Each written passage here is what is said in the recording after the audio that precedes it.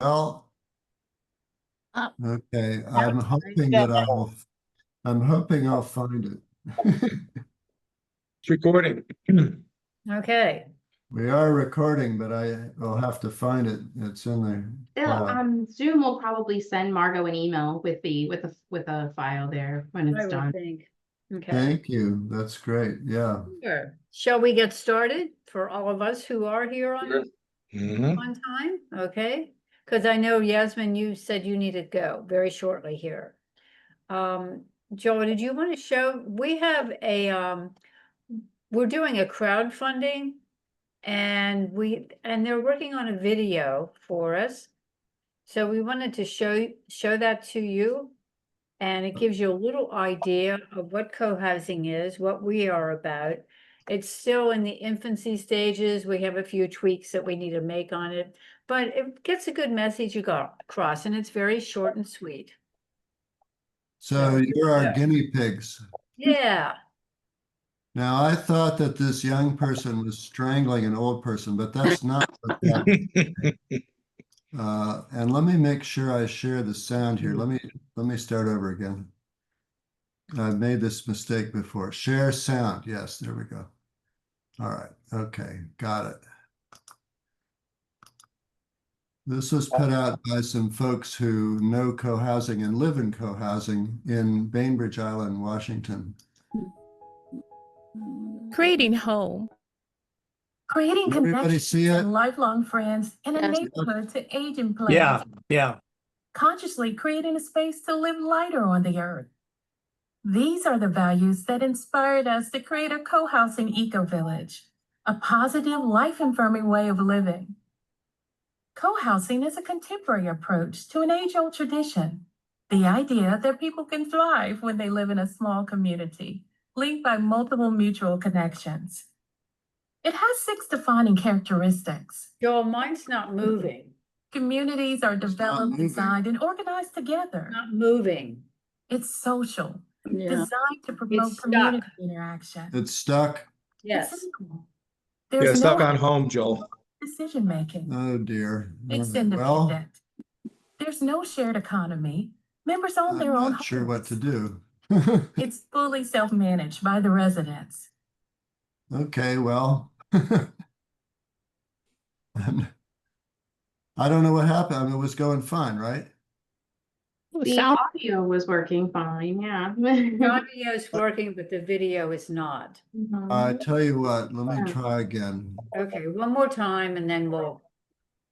Yeah, I don't like technical problems. I'm sure everybody agrees with that. Let me bring it up again. Okay. One of these days, I don't know when,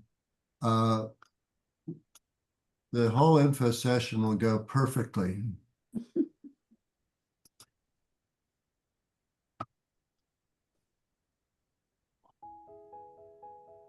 Creating home. Creating connections and lifelong friends in a neighborhood to age in place. Good? Yes. Consciously creating a space to live lighter on the earth. These are the values that inspired us to create a co-housing eco-village, a positive, life-affirming way of living. Co-housing is a contemporary approach to an age-old tradition. The idea that people can thrive when they live in a small community, linked by multiple mutual connections. It has 6 defining characteristics. It's collaborative. Communities are developed, designed, and organized together. It's social, designed to promote community interaction. It's equal. There's no hierarchy involved in decision making. It's independent. There's no shared economy. Members own their own homes. It's fully self-managed by the residents. And finally, co-housing includes shared spaces, facilities that enhance and support daily life. This life is enhanced by the EcoVillage concept. It means designing a community for living our lives sustainably, in place, on the planet. If you share these values, there's a group planning just such a community in southeastern Pennsylvania, Altair EcoVillage. Our vision is to build an innovative, ecologically low-impact, mostly 55-plus community where residents can live, work, and recreate together.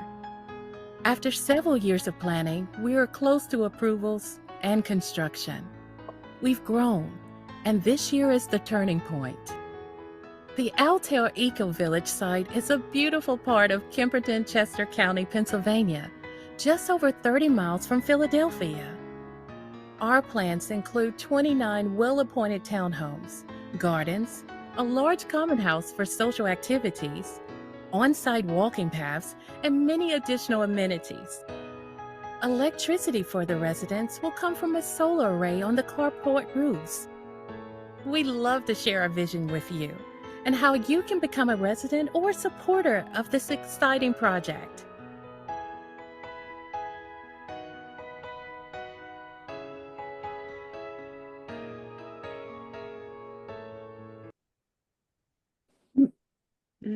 So you can see we need a call to action at this point. Yeah. So here's what we have, and this is, you can grab this. This is the QR code, which takes you to our website and contact us and all that. So what do people think of our little crowdfunding thing? Kalina, what did you think? You ready to put that up? Yeah, that looks good. It looks really good. You like that? What did Yeah. you learn? Anything new?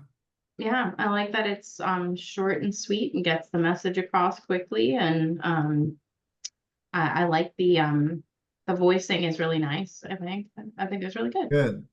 Yeah. We had a choice of voices, a choice of music, what we went through, but anyway, thank you. Yeah. Janice, you learn anything? Did I learn anything? Never mind. Did you like it?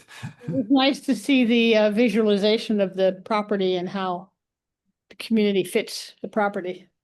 We're going to show you another one for that. Yes. Is that video going to end with the call to action that someone mentioned and the display of this QR code? Does it end somehow? It didn't seem to have an ending. It's my only thing. You're right. It will have an ending. That would be the call to action with the QR code. Yeah. Yasmin, what did you think? Think we should keep using it? We're just unveiling it for the first time, so.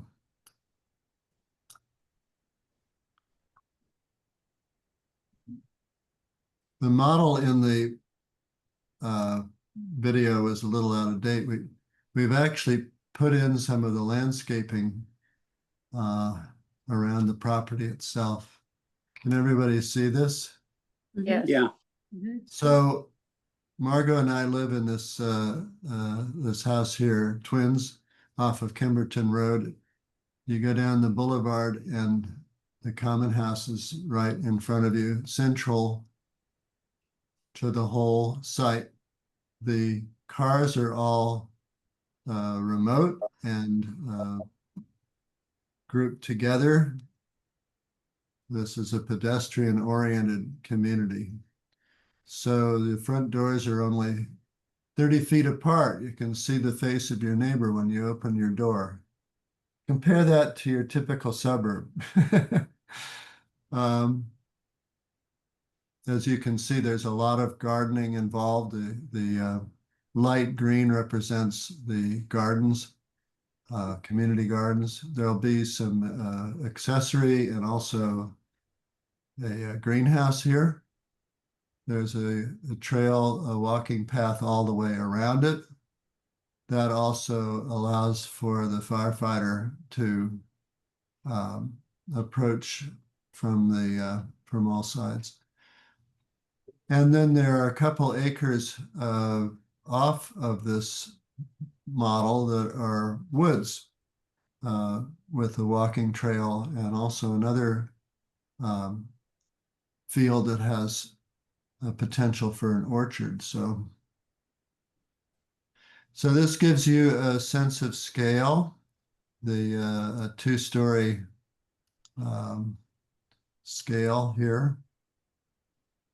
The other visualization tool we have. Hold on to your hats. Here we go. So there's the common house. And there must be some kid on a scooter or something taking these photos. It goes pretty fast here. Coming up on the common house over here. And by the way, we're not going to have perfectly manicured lawns everywhere. We're going to do some ground covers but this gives you a sense of scale and also the fact that the walkway is planned and very well landscaped and organized. So it's beautiful. All the front porches. Coming up on the gazebo, there's this fence. I'm sure the deer can jump over, so should probably make it higher.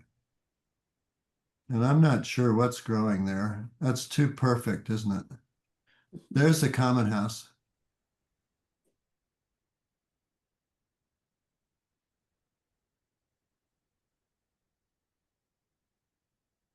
Will that have places for visitors to stay? As I know that's kind of mentioned in several of these villages that I've checked. Yeah, in fact, you see those windows up top on the second floor. That's the guest rooms are up on the second floor.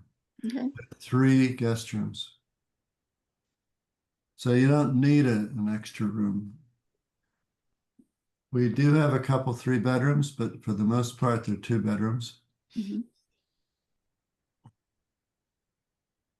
Looking back on the whole community there.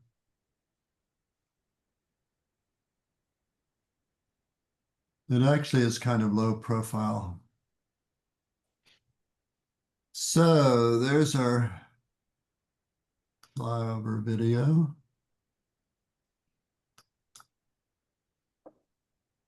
You like that? That's Colleen? really nice. I like that. Yeah, Kalina likes that. Good. Is that pretty indicative of the architectural and design style of the exteriors? Yes.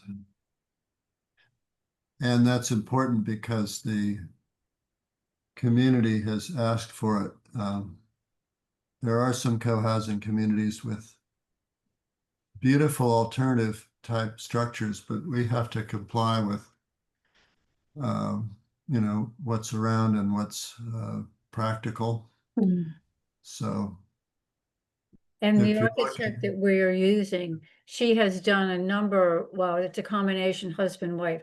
They've done a number of buildings locally in the area, even at the Camp Hill school right around, I don't know if you call it a school, but their village. Yeah. Yeah, they have designed buildings for that. They design buildings where we sometimes meet when we have large gatherings at Beaver Farm. So they Yeah, did that building. And then you were saying that there's a veterinary place that she just got finished doing. there's Camp Hill that they did. Our architecture is going to look very similar to that. I was just gonna ask if it was Carnival Eustace. I've actually seen some of their work before and it looked like theirs. Yeah, I well, was gonna ask if it was them. That's cool. well, we picked them for several reasons. Number one, they work with communities. Number two, they've been on the historical commissions for both Phoenixville and Kimberton, East Pikeland. East Pikeland, yeah. Historical. Mhm. Go ahead, I Dennis. didn't know they did the bistro on Bridge. That's Yeah. Yeah, they actually Mhm. just helped Phoenixville Chamber with their new location as well. They also Mm. did the Foundry, which was a major historical renovation.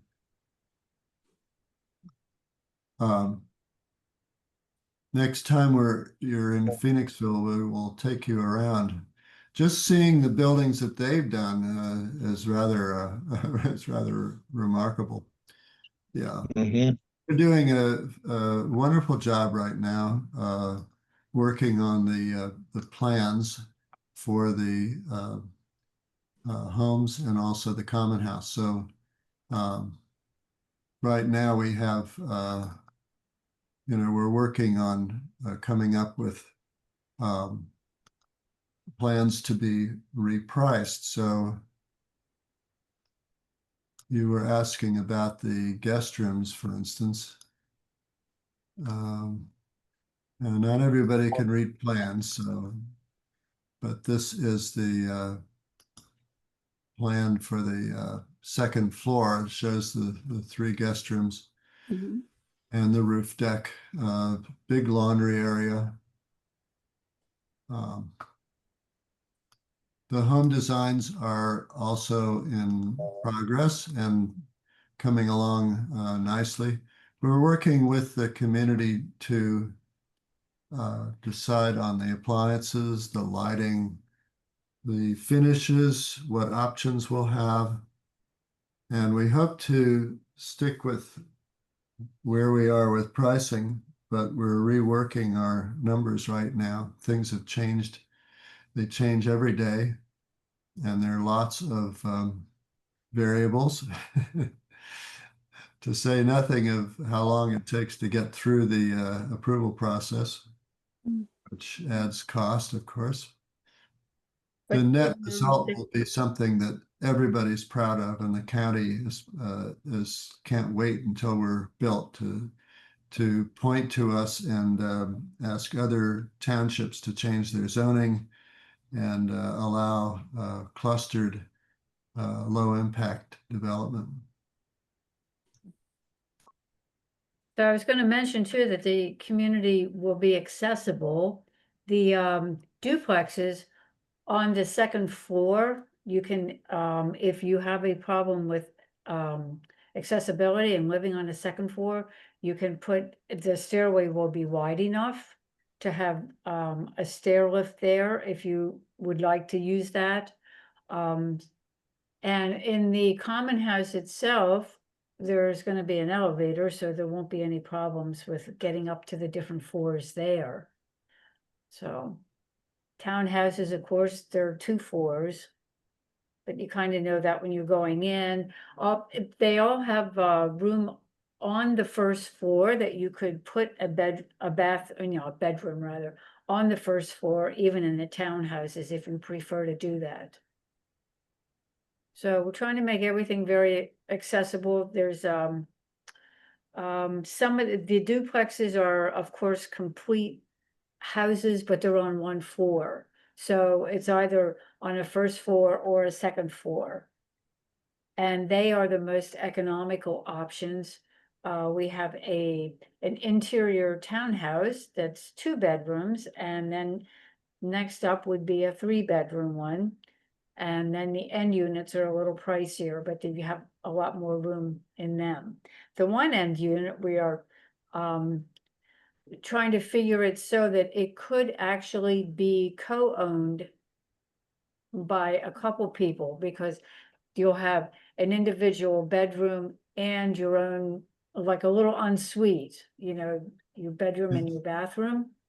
And then you would share the downstairs area, the kitchen, and living area. So it would be Yeah, a this little bit is more similar to what Yasmin was saying about that she had at the house in Philly or Chestnut Hill. this is the floor plan for the least expensive home. This is 900 square feet all on 1 floor. And then there's a stair up to the second floor. This plan shows all the electric and the lighting, which we're working on now. We're doing a lot of energy saving features, like we're combining the water heaters. So, and instead of having each home having a water heater, we're grouping them for the whole building. There are 5 homes per building. Each home has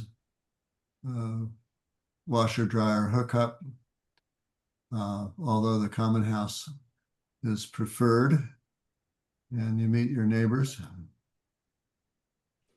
It's amazing when you visit other co-housing communities and you go to the laundry room in the common house, all the little instructions that people leave you. Please use this soap on my, whatever it is. Anyway. Common meals 3 times a week. You want to talk about that, Fern? Well, that's what we're planning, because that's a great way to build community. I can envision a common meal there probably 3 times a week. Maybe a Saturday night we'll have like a movie night or something like that. We're also planning to do educational trainings or seminar type thing, just about what co-housing is, or anything. We could do a cooking class if we want, bring our own produce in. So we have a lot of different options. Since we're going to be a nonprofit, it does allow us to have some of the neighborhood actually come in onto the premise. In fact, that's pretty much, it's required. We're not like a gated community. We will have some sort of, some security features as far as that's concerned. But we're not really going to be like, nobody can come on the property type thing. That's not the intention. And that wouldn't fly for a nonprofit anyway. So anyway. Yeah. Here, we're working with a lot of different people right now. This is the common house. We're working with an interiors person. This is the sort of skeleton that she's going to bring to life and show the lighting and the finishes and everything.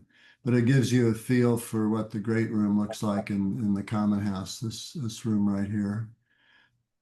Big deck, and then the kitchen is here. The kitchen's open to the great room, so there's communication. People love to chop vegetables and talk and have a glass of wine or whatever. So this is really the living room for the community. We're putting our money into the common house. And then downstairs from that, we will have a large craft type of room that we can do with whatever we want. And then a separate exercise or yoga room. And then some of the mechanicals for the entire building will of course be down on that lower level. And of course the elevator is connected to that. So you can leave that lower area right next to the deck. It wasn't shown on her drawing, but next to the deck, it kind of like is cut out a little bit. And then that's how you get in. Here's a different drawing of the deck is up on the top left. And then down on the bottom left, it goes downstairs. And then it goes into the exercise room and the arts and craft area. And then the main deck, which is up in the upper left, flows into the great room up there. So trying to, design it so that we can take maximum use of the area that we have and have it flow. We certainly intend to use the common house as our own overflow living room. So I think a lot of people will go there. Any questions at all? I I'm sorry, go ahead. yeah, I'm just wondering a little more. Could you do a little bit deeper dive into the nonprofit nature? Is that something that's generally done in co-housing, or is it a particular structure you've chosen for? Good question. Yeah. You are the first person to ask that. This is not typical. of course, a homeowner association is a nonprofit, but we are, we have a mission of helping other communities get started. So we're part of the Mid-Atlantic Regional Co-Housing Group. We're working with groups in New Jersey, Maryland, Virginia, you know, people who are trying to start intentional communities like this. We're also interested in educating the public in our sustainability efforts, which is going to be extensive. We're actually getting an application into the U.S. Green Building Council for what's called the Sustainable Sites Initiative. And this is something we want to talk about, and we want people to come and see what we're doing. And so that's where the nonprofit aspect comes in. It allows us to get grants and credits for one of my favorite things, deer fencing, or electric chargers, or what else, Dennis? There are a lot of advantages to having the nonprofit status, and we're currently filing for the tax exempt status with the IRS. So to what type of financial, I don't even know the word to use. I mean, what's the financial nature of nonprofit as it would exist Well, in a co-housing community? I mean, what taxes would you not occur, for example, as a result? Or what, I mean, what's the, yeah, well, I'll tell you, the biggest one is when we finish our project, we need to have a capital reserve fund. And we're going to put that in interest-bearing accounts, of course, and we will not have to pay taxes on that interest that we earn from our reserve fund. That's a prime example. because it's not set up as a money-making venture in any sense. I mean, it's not, but so I'm just kind of, my head's trying to wrap around that. Well, I don't want to dazzle you with legalities, but basically the nonprofit, what's called the Kimberton EcoVillage Inc., hires the LLC, which is a managing member group, the investors, to build the project. And as soon as the project's built, then the profit-making arm, the LLC, dissolves, and the nonprofit then becomes the homeowner association. So we've chosen to initiate the nonprofit well in advance of that, so that we're able to fulfill, you know, a larger mission. That's one of the reasons we're calling ourselves an EcoVillage. There's only one other co-housing group I know that's doing that. That's up in Ithaca. Steve, you might want to say a word about Ithaca for us. Yeah, because that's what brought me into this all the way back in 1992. I got on the mailing list when they were getting their forming group, and I watched their development. And they really do stress that their nonprofit arm is called Thrive. If you ever want to go to their website, if you just Google the words EcoVillage and Ithaca, you'll see the community, and then you'll see Thrive, which is they hold seminars, and they do a lot of publicity for the concept. And you know, they've been going all the way back to the 90s. They've been very central in helping to get the movement going in the United States, and one eco-village after another formed. So we want to help that process.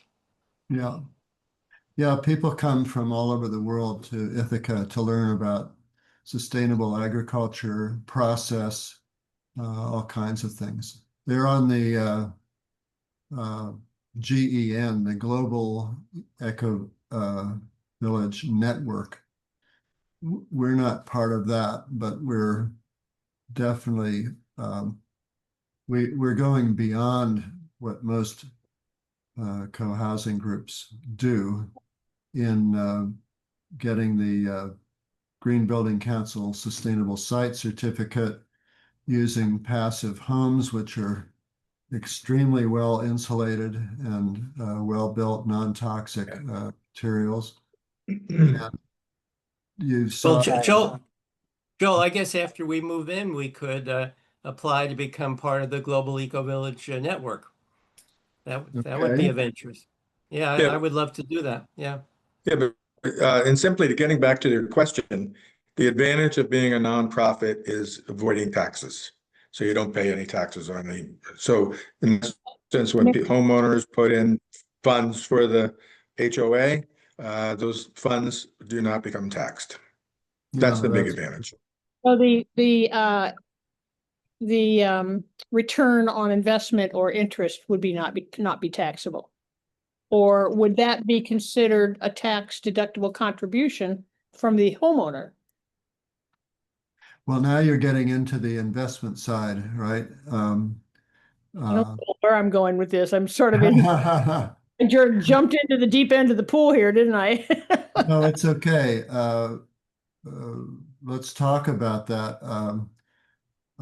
We have folks who are putting $50,000 or more into realizing the goal of producing the EcoVillage, and they are managing members in the LLC. They get a return on their investment up to 7.5% applied toward their home.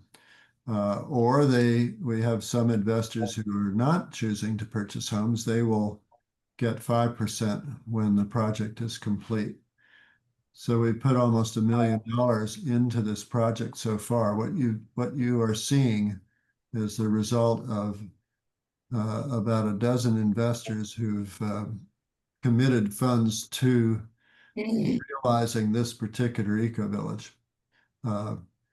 There are also members who sign up and just want to live here, not necessarily, pre-purchasing their home, let's say, and they put $10,000 into an escrow fund. We've had people come and go. So, for instance, if somebody got married, well, goodbye. Husband didn't want to. Anyway, we gave them their money back, that kind of thing. I guess Yasmin had to leave, so we'll send her the recording, right? Okay. Yes, Do we have her information, though, to do that? yes, we do. Yes? Okay, good. And I think we have everybody else's. Yeah.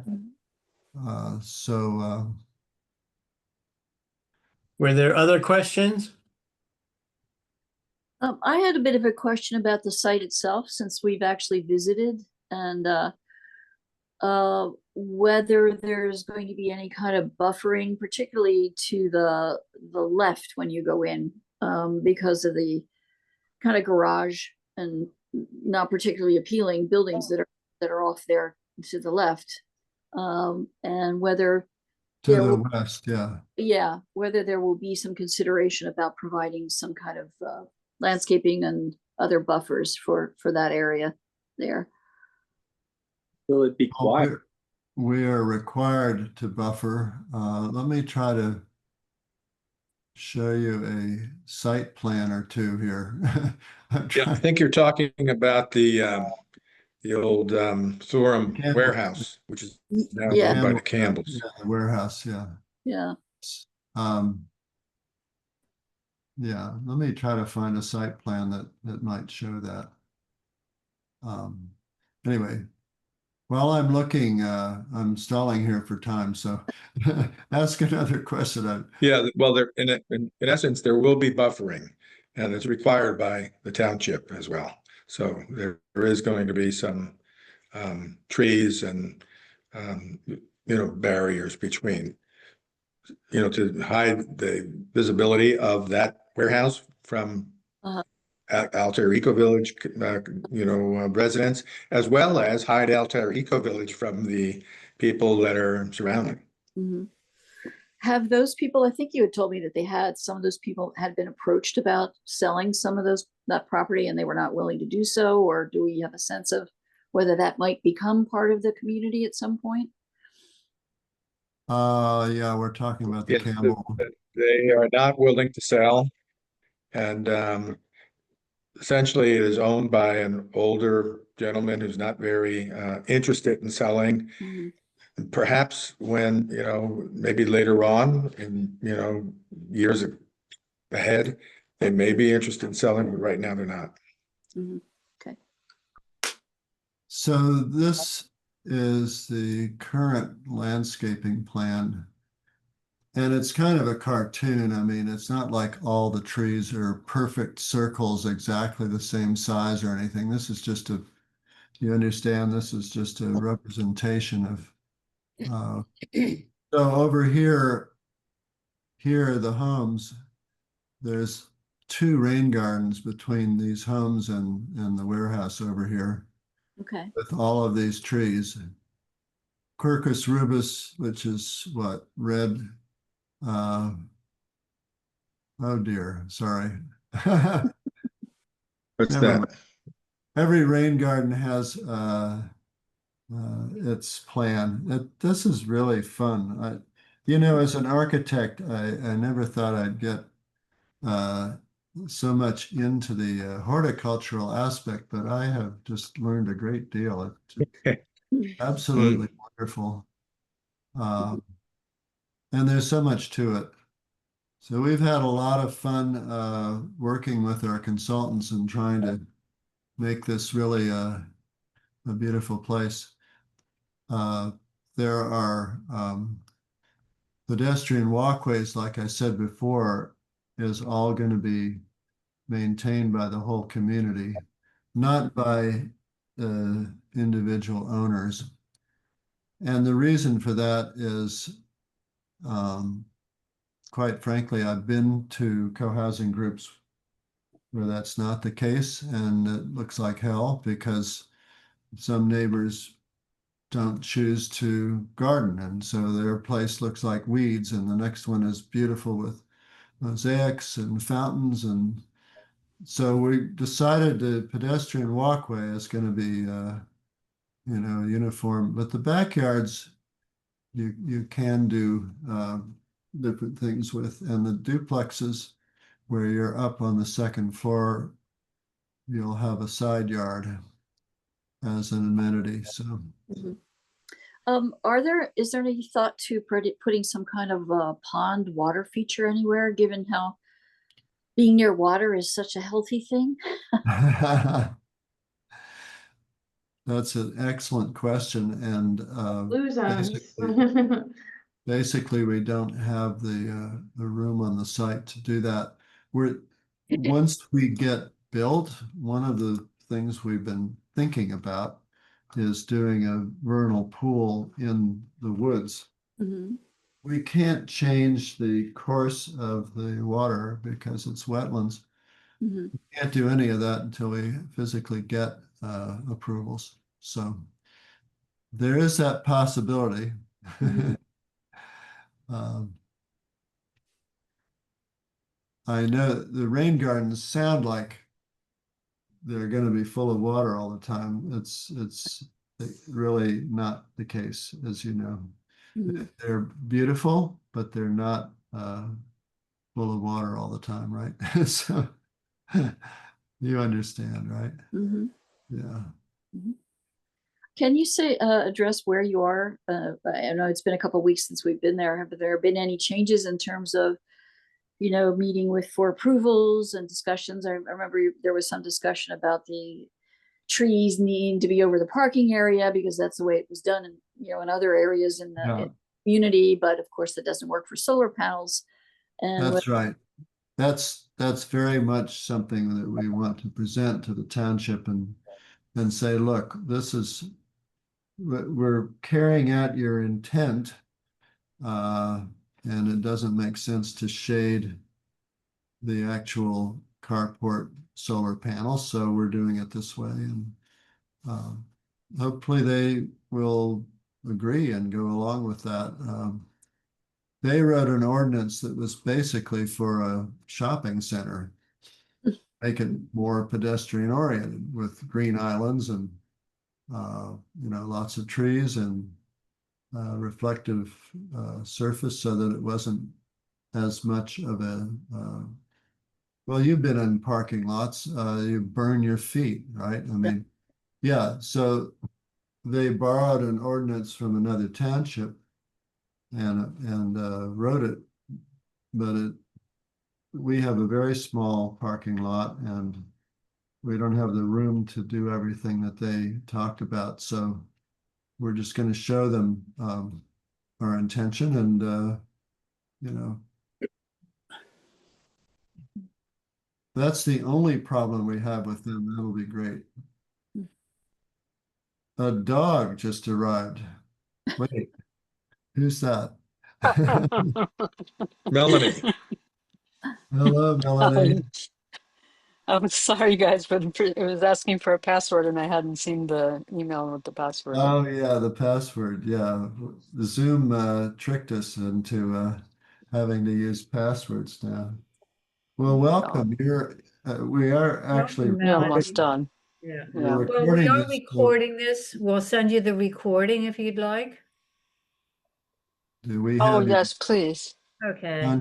contact information? Yes, we do. Melanie Gold, correct? Yes, that's me. Oh, okay, good. Well, we're sort of at the end of our time, but Melanie, you're just coming on, so maybe you can. I'm in the central time zone, so I'm still Oh, discombobulated. I'm still not quite used to the time difference. Yeah. Melanie, do you have any questions for us? Other than what did I miss? Well, um, well, we I can just tell wanted to you. see how things were going. I Okay. was there about 2 years ago. I Oh, got to okay. meet some folks. Me and the little dog you saw Mhm. in my That's picture. right. Yes. Um, and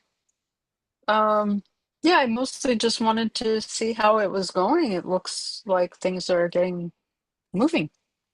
Well, we are. We can tell you briefly, because the timeline keeps moving as we try to um, get over the hurdles that the township engineers are putting in front of us, the stormwater management being the biggest issue right now. There are a couple other issues having to do with connectivity to the village, how we're going to accomplish that. But most of the rest of the issues with the township are, quite frankly, technical. So we just have a lot of work to do to pull that together. But we're going to go back to the township probably October with our resubmittal.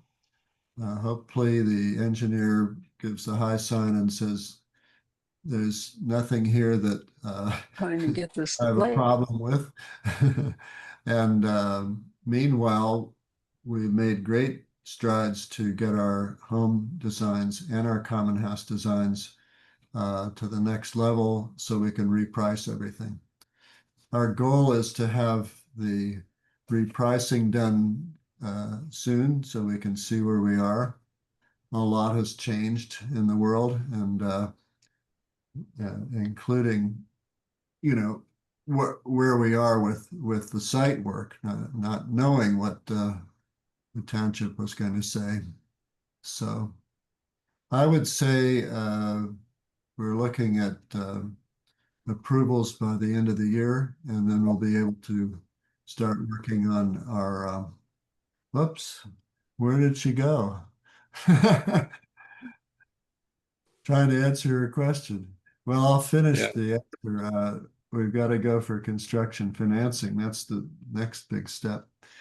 We'll need a chunk of change in the bank in addition to our asset of the land and everything we put in so far.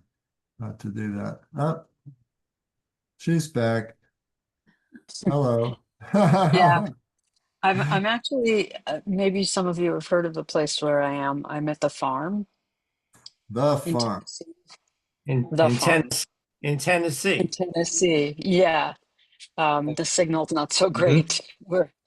So Well, I'm that's using. wonderful. Yeah, we've been following. Sometimes the farm comes on the some of the national webinars and so on. Yeah, so we met Mhm. some of the leaders, and yeah, it's great. Yeah, they've been Yeah, there since the 70s. The farm goes back to the they 70s. have. They Yeah, have. But it's changed a lot since the 70s. sure has. Well, we're a little more middle class than the farm. People own their homes. We are going to have rentals. Uh, we can have 20% younger than 55 families, which Leslie and Bruce want very much, Mhm. right? See, Yes. that was the problem with the Guardian article. It was all 55 and older.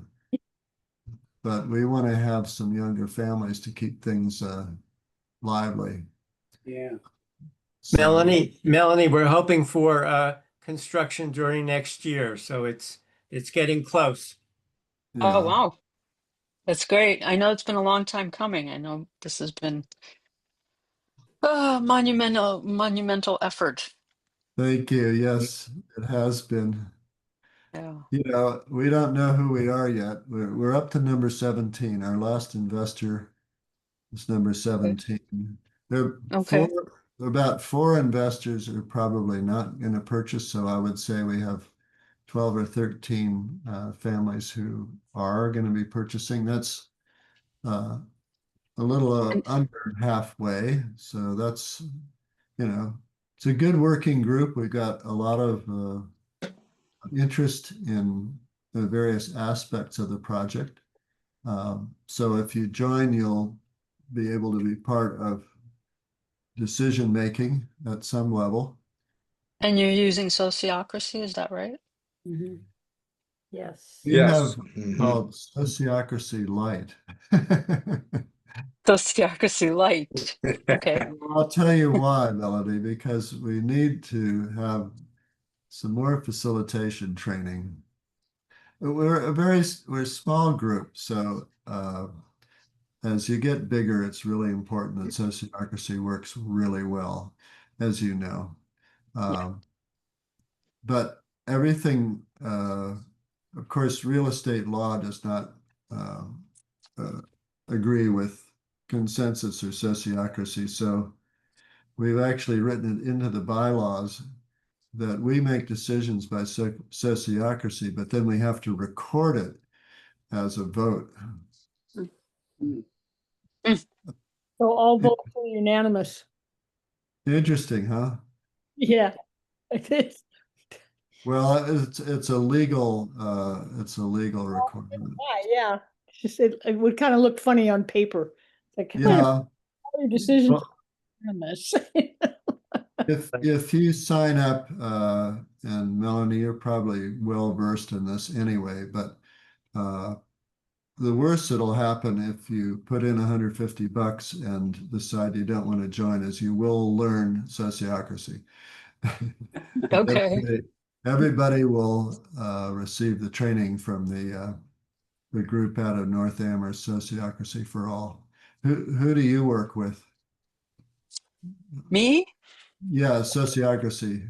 I think I learned it from the folks at Ithaca Oh, okay. that started the whole, I Yep. think they started the whole thing. Um, but it was so long ago that I would definitely could use a You need a refresher. brush up? Okay, Yeah. Yeah. no problem. Mhm.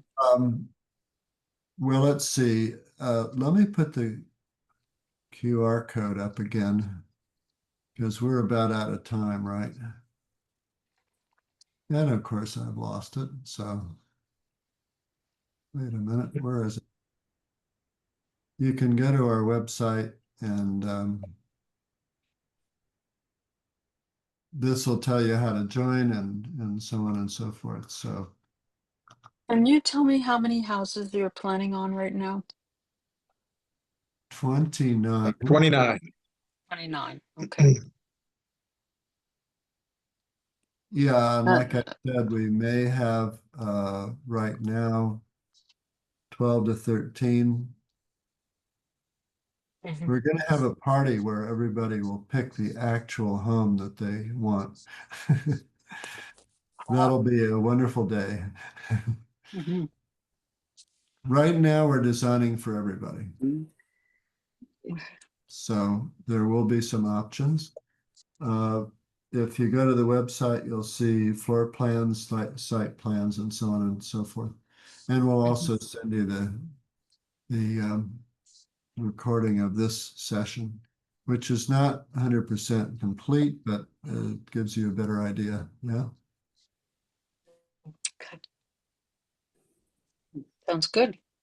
Any further questions from anyone? Just what's your current projected pricing? Well, what we're showing on the website is ranges from, just using round numbers, 400 to 600,000. The average price of a home where we are right now is $550,000. And you get a heck of a lot more living in community than than you do. Of course. Yes. So we're definitely in the marketplace, and there's also possibility for shared housing. We are pairing up Okay. people who want to rent with investors who want to buy but not necessarily live there. Mhm. So that And keeps, will there be a cap on the rents, or will it be just, the owners make up their own rates? we haven't worked everything out, Melanie. Okay. We really haven't. The rents around here, well, Dennis can speak to that. They're um, pretty high. It used to be you could rent for under 1,000, and now it's more like, 1,500 to 2,000 for just to land somewhere in town. If I get those numbers right, Dennis, is that? Actually, it's probably on the low side right now, but yeah, that's in the ballpark. Kalina, you're still on, is that right? Prices for Mm-hmm. What was the question there? Or did rentals. Dennis cover that? I know you're not a rental person, but you're in the marketplace. What are people renting for these days? The average home is, anywhere, geez, it's a pretty big window. For like a 1 to 2 person, you're, easily 2,500 to 3,000. Wow, Really okay. not really much more else going on per month. Okay, And it gets even larger than that for, more of a family dwelling. it sounds like we have a little bit of work to do here, helping with the rent, the actual pricing for rent. Yeah. What is fair, Yeah. all the people who rent will be part of the community, of course, and will go through the sociocracy and be part of the community in terms of work days and all of that. So we're not just going to bring anybody in. We're going to have a little bit of a vetting process. Kalina's getting used to this in terms of selling the homes and trying to explain to people that you need to find out what you're getting into. It's not for everybody. Not everybody wants to live in community, They would love to have no energy bills. That's a great feature of our community, but that's not all that's going on. So, So renters would have a vote in sociocracy? certainly. Not in terms of what the owners need to decide, the homeowner association type of decision. There's, if you, well, I could send you the bylaws. There's a whole section on real estate law of what the homeowners association does and all the decisions. We have to write our homeowner association documents to get approvals. And you have to agree to keep the stormwater inlets clear and maintain the place and on and on and on it goes. So, you know, That's on the renter, not the owner, that's not the landlord. the owners are responsible. The renters can have a say in how we live together. I see. Yeah. The I'm Activities simplifying, and the like, that kind of thing. simplifying it greatly, yes. Right. But Uh, compliance is, in the bottom line on compliance is for the property owner, right? Yeah, Compliance to laws and community standards. sure, sure. Laws, but, you know, condo documents, well, of course laws, but yeah, okay. Just Well, curious. we're not going to have, you know, a 1-inch thick manual that we hand people. This is, you know, your door has to be red and your TV antenna has to, you know, we're not doing all that. Yeah. But Well, we along are the- doing some things, you know, we have to, Yeah, I was thinking more along the lines of, for example, I live in a condo and there are certain maintenance standards that have to be applied with, whether I'm a renter or an owner. But the responsibility for making sure those maintenance contracts are adhered to, like your washer can't leak, you got to change the filters every now and then, et cetera. For the owner, the landlord, that's good. to make sure their tenant complies. So I just was kind of trying to flesh that out a little bit. Yeah. Sounds like you've been in the business. Do you know, oh, I forget the exact percentage, but homeowner associations are now the greater percentage of people live in homeowner associations than ever before. Dennis, can you remember the percentage? I No, I quoted it. don't, but I know almost all new developments are done with HOAs. Yeah. Yeah, I think that is really it benefits the contractor and the developer to turn it over to an HOA rather than Oh, to sure. continually be called for this, that, and the other thing. They just want to be rid of it, give it to the Yeah. HOA, and then they close up their LLC, and you know that's it. They're not responsible right. for anything anymore. Yeah. So Well, they I found a think way around that. HOAs have gotten a really bad name, but living in community where you know your neighbors from day one is different. You know, Hopefully. we're not watching your TV usage or, you know, I mean, Yeah. yeah, everybody gets a parking spot. We decided on that. That's pretty important. But, you know, we're not going to fuss if this family over here charges their car. I mean, you know, anyway, you get what I'm saying. Engineers don't understand that entirely. I was working on one project where we were talking about living in community, and an engineer spoke up and said, "Wait a minute, you know, what if they're watching TV and using electricity all night? You know, I don't like, you know, it's like it doesn't matter in our community because the electricity is basically free, you know, if I can put it that way. So That's anyway, you get the idea. Yeah, it does, going back to homeowner associations and whatnot, it begs the question with me, and this again is because I live in a condo. Is there a management company relationship, or is the property management done through the by the homeowners association? And by extension to all of those in the community? Well, you're asking wonderful questions. So why don't you join and help us decide? Ha ha ha. Yeah. Ten- I'm not really an I expert on second this. that motion. Come on, Janice. Yeah, I'm being I a little think- bit, and Yeah, Joel, go you probably, and Fern, you probably have a better idea, but I think the way you're going right now is to have the homeowners association run by the community members. No? The property Yeah. management is done by the homeowners association. Yes. yeah, I'm not Yes.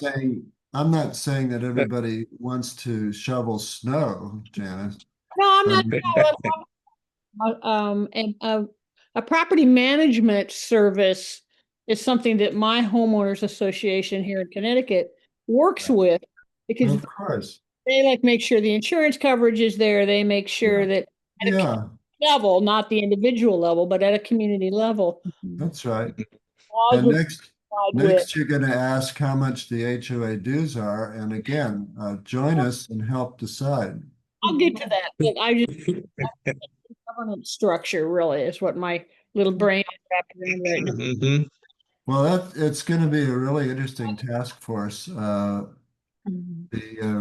Reserve Fund Task Force to determine how much the HOA dues should be. It's a big job, and we are bringing in an experienced attorney to help with that, you know? There's no reason to reinvent the wheel. I have budgets from several co-housing communities all over the country. And some of them are really fun to look at. There's one I looked at that a friend of ours lives down in Virginia. They have a line item in their homeowner association for Christmas tree lights. Yeah. I mean, you know, and on and on and on. Anyway, how much longer do people want to talk here? I haven't eaten dinner, so personally, I'm. No, I don't mean to bog us down, but governance is, because I currently live in a place that has a very dysfunctional governance, and I like them. Most homeowner associations are dysfunctional and have a bad reputation. You're absolutely right. And you know what? They turn over their power to the attorney who advises them to raise the rates, and the accountant nods his head and says yes. And anyway, we're in charge. So Responsible then. Kalina is really excited about this. Thank you so much for joining us today, Kalina. Oh, no, thank you. It was nice Great. to hear a little Kalina is our more. broker, by the way. Yes, Dennis, I'm just the administrator for the brokerage where Dennis has Okay. his license, and we just kind of help try and get the word out about Altair in any circles that we can. And this being present in these things just helps me see where things are and helps me talk about it in a little bit more educated way. And Dennis and Joel, I'm going to send you guys an email too. I have some things to share, some other things to share, but great. yeah. Yeah. Okay, Dennis is good. our Okay, agent. so shall we wrap this up then? And we'll send think out. so. Okay. We'll have to say goodbye to the farm too. Well, Melanie's Yeah. already. Yes. Bye. Yeah. Oh, there she is. Okay. Taking the Thanks call for with joining, her. Melanie. Yeah. Say hi to everybody down there, will you? Yeah. Okay, so Joel, you're gonna stay on? Thank you, See everyone. you all soon. Okay. I I know. Bye. Bye, everybody. Dennis, did you say you wanted to stay on? Yes, don't you want me to stay on? Well, actually, I'm starved. I Oh. want to, and my daughter's going to call me any minute, and that's going to be a all-nighter studying medical. She's got a big test coming up Friday, so let me end the recording. Stop recording. There we go. I sure hope I